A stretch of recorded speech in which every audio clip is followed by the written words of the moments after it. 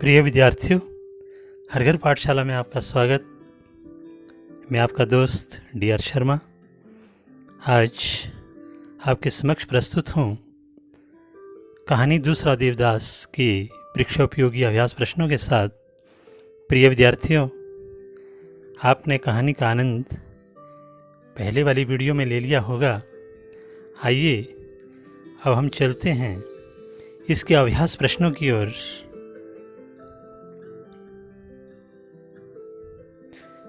जो परीक्षा के लिए आपके उपयोगी साबित होंगे।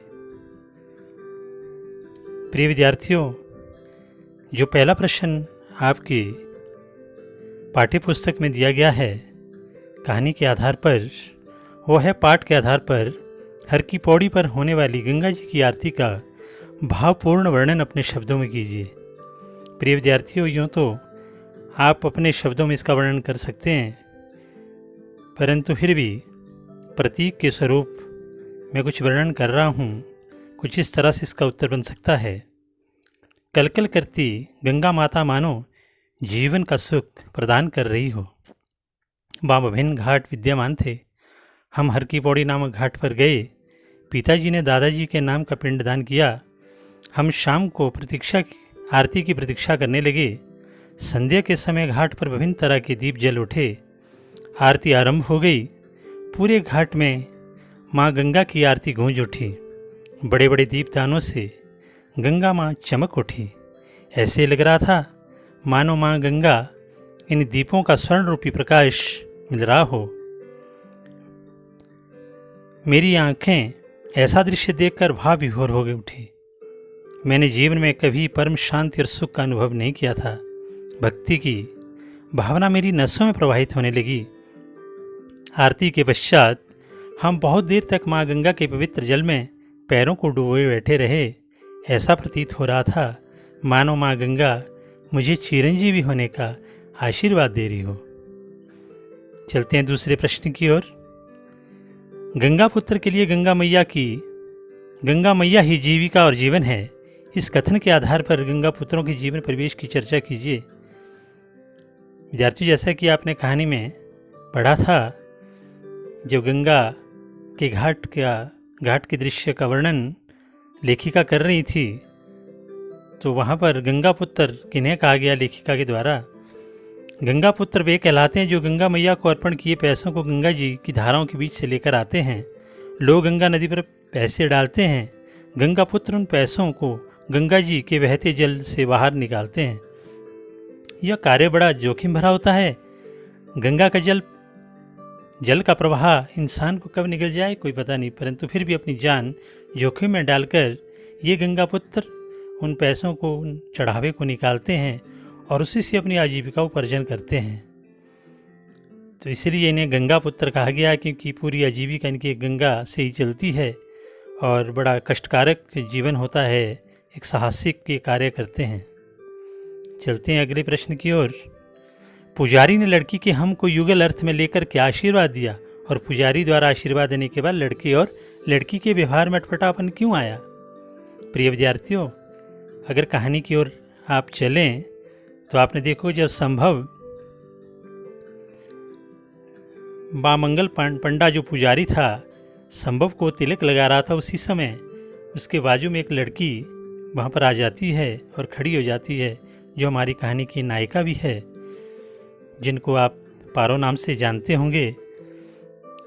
तो उसने अपने पुजारी को पूछ बैठी कि आज हम आरती के लिए देर होगी, कल हम फिर से आएंगे। ये हम शब्द उसके अनजाने से निकल गया था। तो इस हम को पुजारी ने युगल अर्थ अर्थात पुजारी ने सोचा कि ये दोनों पति पत्नी होंगे, उस अर्थ में ले लिया। तो पुजारी ने अज्ञानवश लड़की के हम से यह अर्थ ले लिया कि दोनों रिश्ते में पति पत्नी हैं। अतः पुजारी ने उन्हें सुखी रहने, फलने फूलने तथा हमेशा साथ आने का आशीर्वाद दे दिया। इसका अर्थ था कि उनकी जोड़ी सदा सुखी रहे और आगे चलकर वे अपने परिवार तथा बच्चों के साथ आए। पंडित का यह आशीर्वाद सुनकर दोनों असहज हो गए। लड़की को अपनी गलती का एहसास हो गया, क्योंकि इसमें उसके हम शब्द ने यह सारा कार्य किया था। वो थोड़ा घबरा गई थी। दूसरी ओर से हमारा नायक संभव भी परेशान था।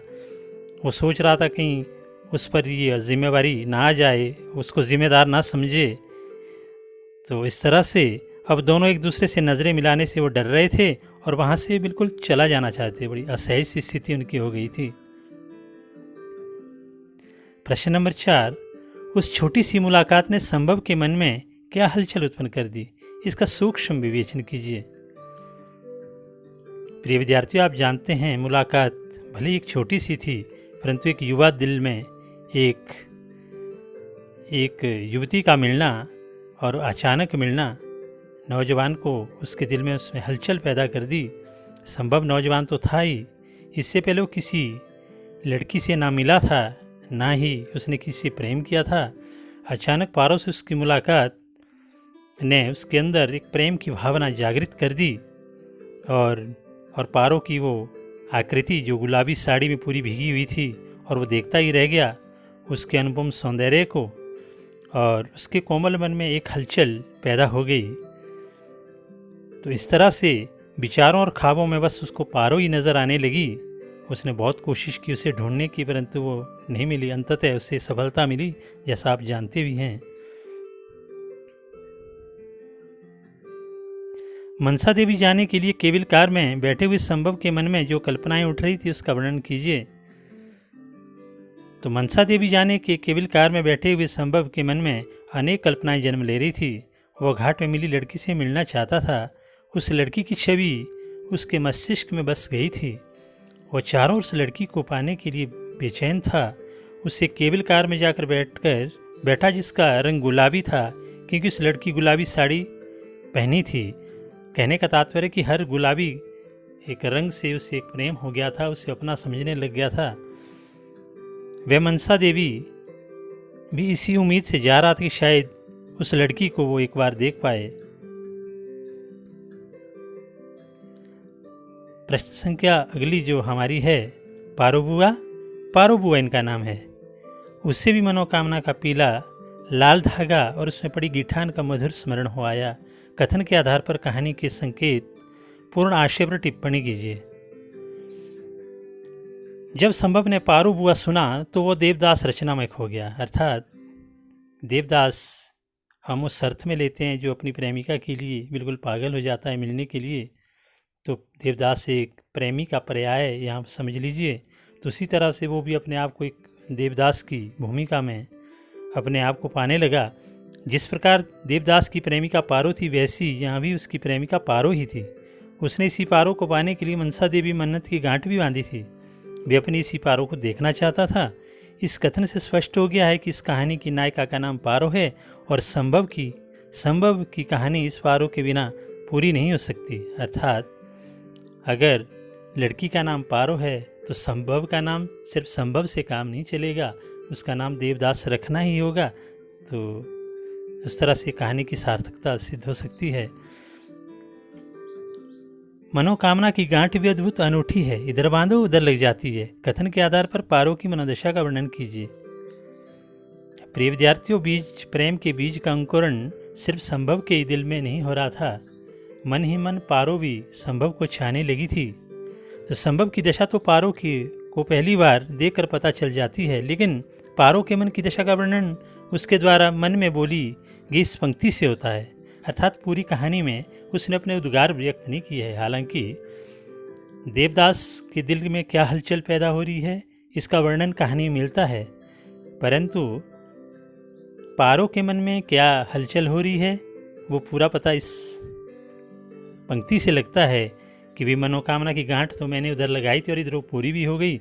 इससे ये सिद्ध होता है, पता चलता है कि पारो भी मन ही मन संभव को उसी पहली नज़र में चाहने लग गई थी। दूसरा, देवदास कहानी की शीर्षक की सार्थकता स्पष्ट कीजिए। इसका वर्णन पहले प्रश्न में भी कुछ आ गया था।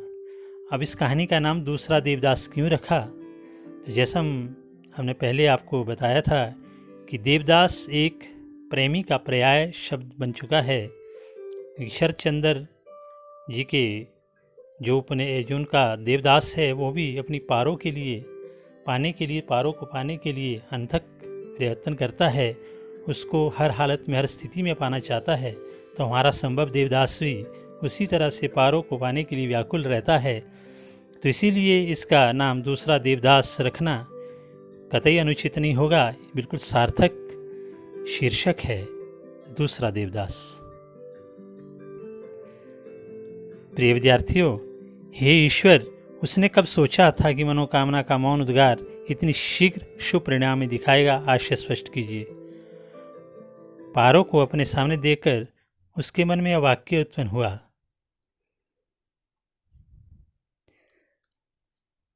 कुछ देर पहले ही मनसा देवी में धागा बांधा था, वह देवी के मंदिर के बाहर ही मिल गई। वे पारो को देखकर प्रसन्न हो उठा।